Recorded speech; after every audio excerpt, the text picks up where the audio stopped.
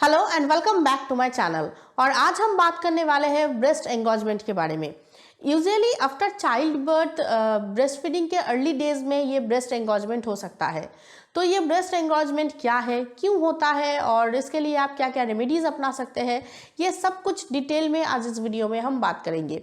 तो वीडियो बहुत ज़्यादा खास है, बिना स्किप किए एंड तक देखिएगा। पसंद आने पर लाइक ज़रूर कर दीजिएगा और मेरे चैनल को भी सब्सक्राइब कर लीजिएगा। तो चलिए आज का वीडियो शुरू करते हैं। तो सबसे पहले हमारे लिए ये जान लेना ज़रूरी है कि ब्रेस्ट एंगोजमेंट क्या है। ब्रेस्ट एंगोजमेंट इज़ ब्रेस्ट स्वेलिंग, जिस वजह से बहुत पेन भी होता है। आफ्टर चाइल्ड बर्थ अगर आप अपने बच्चे को ब्रेस्ट फीडिंग नहीं कराते हो तो ये ब्रेस्ट एंगोजमेंट ज़्यादा हो सकता है। आफ्टर चाइल्ड बर्थ 1 से 2 वीक के बीच में ब्रेस्ट एंगोजमेंट हो सकता है, जिस वजह से ब्रेस्ट फूल जाता है और बहुत ज़्यादा तकलीफ होती है, बहुत ज़्यादा पेन होता है। यूजुअली इसे ही ब्रेस्ट एंगोजमेंट बोला जाता है। तो ये ब्रेस्ट एंगोजमेंट क्यों होता है? ब्रेस्ट एंगोजमेंट का कुछ कॉमन रीजंस है। उनमें से सबसे पहला कारण ये है कि आफ्टर चाइल्ड बर्थ आपके ब्रेस्ट में ब्लड फ्लो बढ़ जाता है। ब्लड फ्लो बढ़ जाने की वजह से आपके ब्रेस्ट मिल्क प्रोडक्शन में हेल्प मिलता है। बट ये जो ब्लड फ्लो इंक्रीज हो जाता है, इस वजह से आपका ब्रेस्ट भारी भी होने लगता है और आपके ब्रेस्ट में पेन भी हो सकता है। एक्चुअली आफ्टर चाइल्ड बर्थ 2 से 3 दिन आपके ब्रेस्ट में ब्रेस्ट मिल्क ना भी हो सकता है, जिस वजह से ब्रेस्ट एंगोजमेंट का सवाल ही नहीं पैदा होता। बट 2 से 3 वीक के बीच में आपको ब्रेस्ट एंगोजमेंट हो सकता है, या तो फिर ड्यूरिंग ब्रेस्ट फीडिंग पीरियड आपको कभी भी ब्रेस्ट एंगोजमेंट हो सकता है। इसके अलावा भी ब्रेस्ट एंगोजमेंट का कई सारे कारण हो सकता है, जैसे कि अगर आप अपने बच्चे को ब्रेस्ट फीडिंग ना कराते हो तो आपको ब्रेस्ट एंगोजमेंट हो सकता है। इसके अलावा अगर आप ब्रेस्ट पंप यूज़ करते हो, ब्रेस्ट पंप यूज़ करना चाहिए, इससे ब्रेस्ट मिल्क इंक्रीज होता है। बट हर रोज़ आपको ब्रेस्ट पंप यूज़ करना चाहिए। अगर किसी दिन अगर आप ब्रेस्ट पंप यूज़ नहीं करेंगे तो आपको ब्रेस्ट एंगोजमेंट हो सकता है। या तो फिर आपकी बेबी की भूख से ज़्यादा अगर आपका ब्रेस्ट मिल्क प्रोडक्शन हो रहा हो तब भी आपको ब्रेस्ट एंगोजमेंट हो सकता है। अगर ऐसा है तो आप अपना ब्रेस्ट मिल्क डोनेट भी कर सकते हैं। या तो फिर अगर आप अपने बच्चे को बहुत ही ज़्यादा जल्दी ब्रेस्ट फीड कराते हो तब भी आपको ब्रेस्ट एंगोजमेंट हो सकता है, क्योंकि अगर आप जल्दी बेबी को फीड कराएंगे तो जल्दी में आप एक साइड से पूरा खाली नहीं करेंगे, दूसरे साइड से पिलाने लग जाएंगे, तो इस वजह से आपको ब्रेस्ट एंगोजमेंट हो सकता है। या फिर अगर आपके बच्चे की तबीयत खराब है और वो अच्छे से फीड ना कर रहा हो तब भी आपको ब्रेस्ट एंगोजमेंट हो सकता है। या तो फिर अगर आपके बच्चे को ब्रेस्ट मिल्क सक करने में प्रॉब्लम हो रही हो, वो अच्छे से सक करके ब्रेस्ट मिल्क ना पी रहा हो, तब भी आपको ब्रेस्ट एंगोजमेंट हो सकता है। या तो फिर अगर आप अपने बच्चे को ब्रेस्ट मिल्क की जगह ज़्यादा फार्मूला फीड कराते हो तब भी आपको ब्रेस्ट एंगोजमेंट हो सकता है। और यही सारे पॉसिबल रीजंस है ब्रेस्ट एंगोजमेंट का। अब ये जो ब्रेस्ट एंगोजमेंट है, इसकी सिम्टम्स क्या है? इसके कुछ कॉमन सिम्टम्स है, बट हाँ, हर एक लेडी के ब्रेस्ट एंगोजमेंट का सिम्टम एक ही जैसा नहीं होता है। हर एक लेडी का ब्रेस्ट एंगोजमेंट का सिम्टम्स जो है वो अलग अलग होता है। बट यूजुअली कुछ कॉमन सिम्टम्स होता है, जैसे कि heavy and tight breast, lumpy breast, Solan breast, heavy और फुल ब्रेस्ट, टेंडर और वार्म टू टच। ये कुछ कॉमन सिम्टम्स है ब्रेस्ट एंगोजमेंट का। और ये जो ब्रेस्ट स्वेलिंग है ये बहुत ज़्यादा तकलीफ देती है। और ये ब्रेस्ट स्वेलिंग कभी कभी एक ब्रेस्ट में भी हो सकता है, कभी कभी दोनों ब्रेस्ट में भी हो सकता है। और कभी कभी ये जो स्वेलिंग है ये ब्रेस्ट से आर्म फिट तक भी जा सकता है, जो मेरे साथ हुआ था। मतलब मेरी बेटी पूरा दिन सोती थी, पूरी रात जगती थी, जिस वजह से दिन में वो बहुत कम फीड करती थी, और जिस वजह से मुझे भी ब्रेस्ट एंगोजमेंट हुआ था और मेरे ब्रेस्ट के साथ साथ आर्म फिट भी फूल गए थे, जिस वजह से और ज़्यादा तकलीफ हुई थी। ब्रेस्ट में ब्लड फ्लो बढ़ जाने की वजह से ब्रेस्ट में वेन्स दिखाई देने लगते हैं, क्योंकि ब्रेस्ट फूल जाता है तो स्किन और ज़्यादा टाइट हो जाता है ब्रेस्ट का। इस वजह से ये जो वेन्स है वो और ज़्यादा दिखाई देने लगता है। कभी कभी ब्रेस्ट एंगोजमेंट में हल्का सा फीवर भी हो सकता है, जिसे मिल्क फीवर बोला जाता है।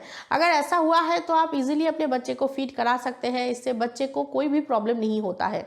बट हाँ, अगर फीवर ज़्यादा है, टेम्परेचर ज़्यादा है, तो आप ज़रूर डॉक्टर से कंसल्ट कीजिए, क्योंकि ये फीवर इन्फेक्शन की वजह से भी हो सकता है।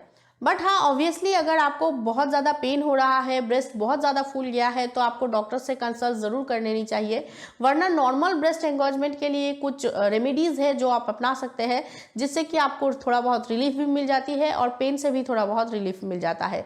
जैसे कि गर्म सेद देना या तो फिर गर्म पानी में शावर लेना।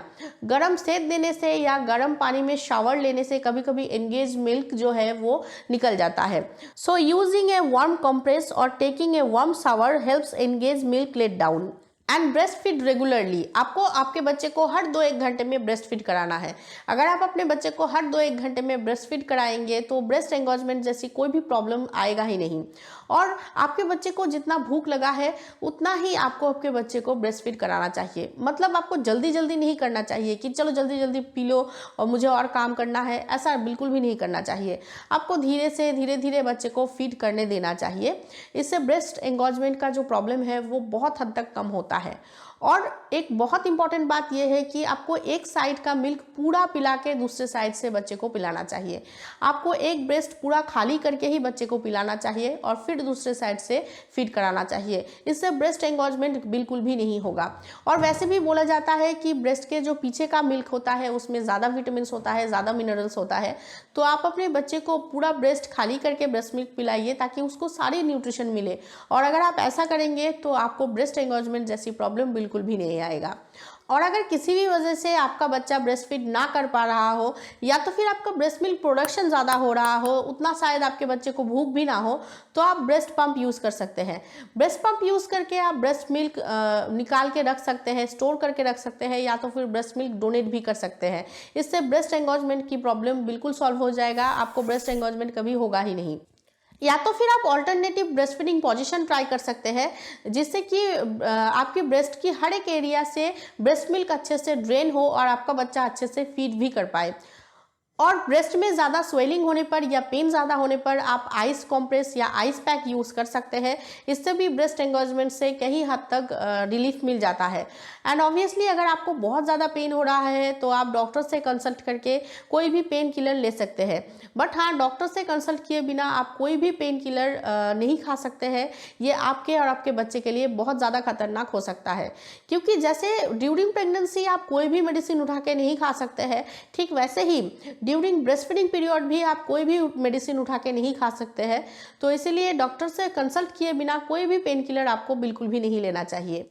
और वैसे भी यूजुअली ब्रेस्ट एंगोजमेंट का ये जो पेन है वो 2-3 दिन तक रहता है और उसके बाद जैसे जैसे आप अपने बच्चे को ब्रेस्ट फीड कराते जाओगे ये जो पेन है वो अपने आप चला जाता है। बट हाँ, वो 2-3 दिन बहुत ज़्यादा पेनफुल होता है, मुझे पता है। बट फिर भी अगर आप ये रेमेडीज़ अपनाएंगे, आप अगर गर्म सेद लेंगे, आप अगर आइस पैक यूज़ करेंगे, आप अगर अपने बच्चे को टाइम टू टाइम फीड कराएंगे तो ये जो ब्रेस्ट एंगोजमेंट का प्रॉब्लम है वो अपने आप सॉल्व हो जाएगा। तो हमने इस वीडियो में आज ब्रेस्ट एंगोजमेंट के बारे में डिटेल में बात किया है। ये एक सेंसिटिव टॉपिक है बट बहुत पेनफुल होता है ब्रेस्ट एंगोजमेंट और हम किसी के साथ खुल के इस बारे में बात भी नहीं कर पाते हैं। बट हाँ, ये जो प्रॉब्लम है इस बारे में हमें खुल के बात करनी चाहिए। आई एम श्योर कि ये रेमेडीज़ अगर आप अपनाएंगे तो आपकी ये जो पेन है वो बहुत हद तक कम होगी। तो आई एम श्योर कि इस वीडियो से आप लोगों को हेल्प मिला होगा, तो एक लाइक ज़रूर कर दीजिएगा। मेरे चैनल को सब्सक्राइब करना बिल्कुल भी मत भूलिएगा और प्लीज़ इस वीडियो को ज़्यादा से ज़्यादा न्यू मॉम्स तक पहुंचाइएगा। Thank you for watching.